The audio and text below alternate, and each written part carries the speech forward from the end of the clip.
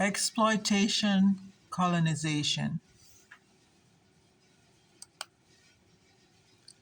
I was researching anthropology when I found out that colonization is a significant part of anthropology. 1510, 1655, 1962, 1967. The Spanish first colonized Jamaica 1510, exterminated the Taino people. The British captured Jamaica from the Spanish 1655. 1962, Jamaica gains independence. At that time, the dollar was double the value of the US dollar. 1967, United States starts sending people. 1967, Americans attempted to replace the interdependent culture of Jamaicans with a new interpretation of the Bible. 1967 to 2017, the exploitation colonialism was done by Jehovah's Witnesses. Now, what is unusual is that there's a Jehovah's Witness Kingdom Hall right adjacent to Florida Atlantic University. But the university is not even familiar with the business model. They are not even familiar with the secret lives of Jehovah's Witnesses, nor the finances of JW.org. The exploitation started with them sending preachers repeatedly to the homes of the people.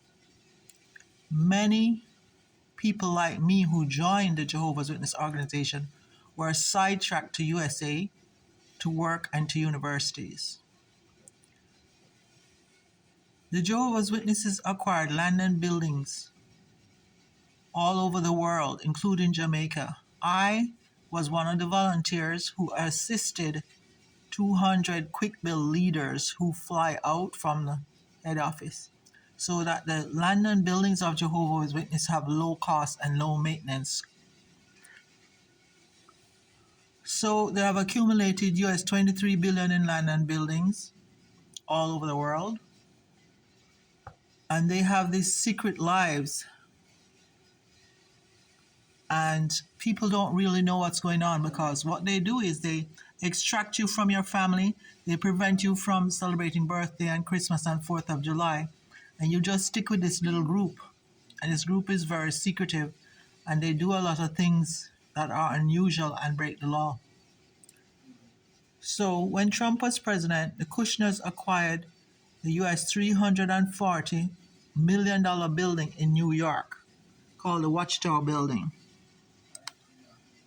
That Watchtower Building is now office lofts, but that was a very good buy for the Kushner organization. Kushner went to prison for not paying his taxes. He's a real estate developer. So in his YouTube videos, you can see that he's commenting on the value of that property, which was bought, remodeled, and maintained by Jehovah's Witnesses. But during this period from 1966 to 2017, the Jamaica dollar went from being double the value of a US dollar, that means one Jamaican dollar equal two US dollar, to now today is 155 Jamaican dollar equal to US dollar 1. That was over a 50-year period. But you ask yourself, are these two events connected? The event where they were acquiring land and buildings all over the world, and the event of them devaluing a dollar of another country. I don't really have the proof, but I just see the timing. 2017, Donald Trump's son-in-law and campaign advisor, developer Jared Kushner, bought the Jehovah's Witnesses' iconic Watchtower headquarters. And he's going to turn it into a tremendously classy office complex. So Jamaica was impacted or colonized by the Spanish. We know they killed off the Taino Indians, But what they were doing was introducing civilization, and then the British really set up two properties for the Queen. They put Cambridge University to manage schools in Jamaica, and they actually helped Jamaica because the Jamaican dollar was worth double the US dollar. But I guess that attracted Americans to Jamaica. And then we had this horrible downfall, which culminated in what we have today. Colonialism is generally classified into one of five overlapping types according to the practice's particular goals and consequences. So we know the exploitation colonialism had particular goals and consequences. We just can't, we don't have the proof to link everything, but a territory becomes subjugated and its indigenous people become subjugated. So normal subjugation occurred with the British coming to Jamaica, but Jamaica was still able to achieve independence. But the subjugation of the Jehovah Witness Church was extracting people from the protection of their family, giving them new rules. I find that the people are very sheep-like because I was with them for 30 years, but subjugation is subjugation. It doesn't matter how sweet everybody is. So the other kinds of colonialism are settler colonialism, exploitation colonialism, plantation colonialism, surrogate colonialism, and internal colonialism. I think that this has important global ramifications, and I try to communicate with different people and get different point of views, proof, or feedback of some kind. But presently, Jamaica, when the dollar became 155 Jamaican dollar equal one US dollar, China had to help us finance our first toll highway in Jamaica.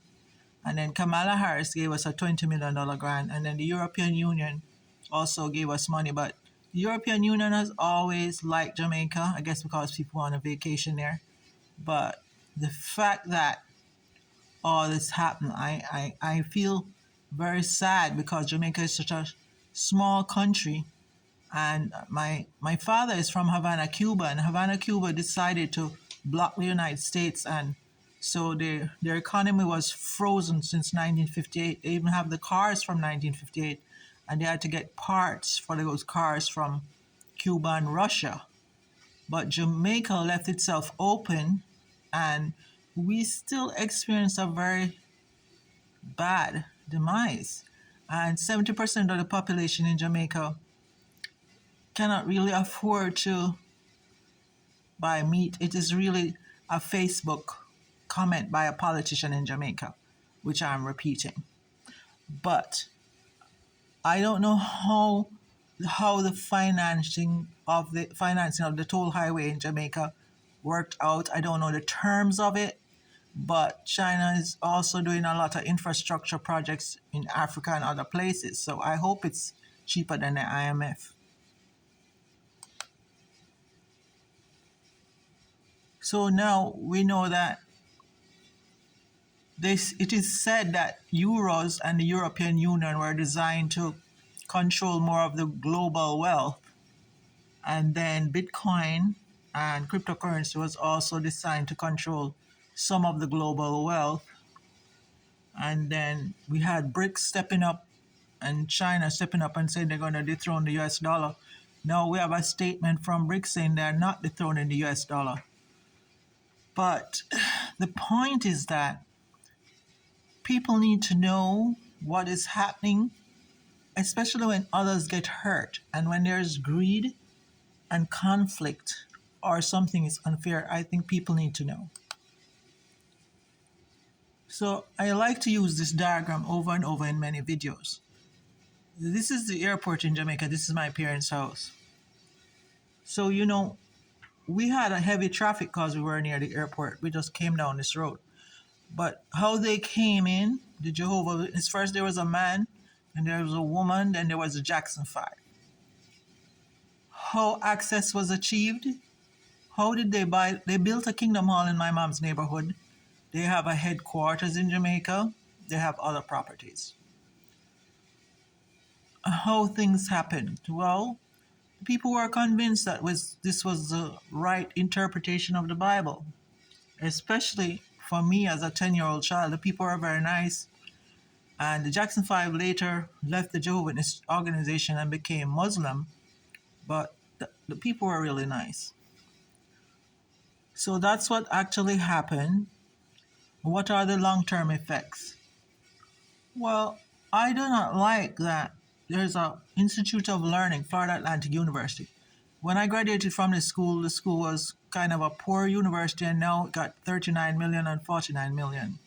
So it's a more successful university with football team that's doing very well and everything like that. I don't understand now why nobody is curious about that property just adjacent to FAU. Why doesn't anybody want to know about that that's the secret life that they are having over there and their business model? People should know.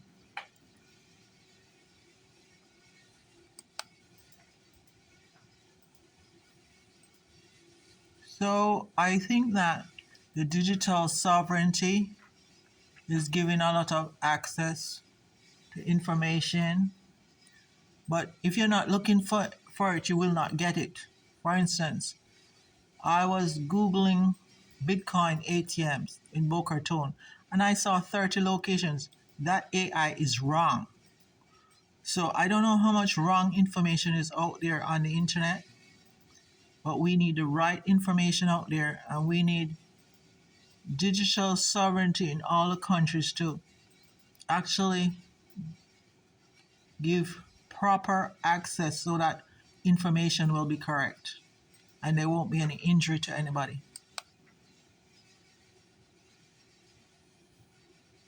Me personally, I was contacting Mina and Maya Harris. They claim to be activists with their sister Kamala Harris. I know that New York and Washington are like a different country, but I contacted them. But I've had to deal with a lot of really strange things in Florida. And if I did not see Kamala Harris' video about your Fourth Amendment rights, I would not know that was a part of the Constitution. So this video is my concern that there was acquisition of land and buildings in Jamaica at the same time the dollar was devalued. That's the main reason for this video. But I also saw the video from Kamala Harris about Fourth Amendment rights, and that if Donald Trump terminated the Constitution of the United States, we would not have the Fourth Amendment rights. So here's a part of the video. I just made a shot of photo of it and put it here, and it's about searches and seizures. So I know when I worked for the city of Delray Beach, I had a government entity in my condo and in my house. So that violates my Fourth Amendment right. So I was glad to learn that. And here's a picture showing Camilla, Mina, and Maya together, and they said that they're activists and their mom was an activist, and she said that we need healing and education. So they are really inspiring me, but they're a group of three plus. Of course, she has her campaign and she has all the women on the Zoom meeting and all the men on the Zoom meeting, but some really bad things are happening in Palm Beach County, and I'm trying not to run away. I'm just trying to do some change management, and I try to reach out to Maya and Mina today. So I'll keep working at it. And my delegation is not any bigger, and I have to get some emails to invite them into the delegation group. Thank you.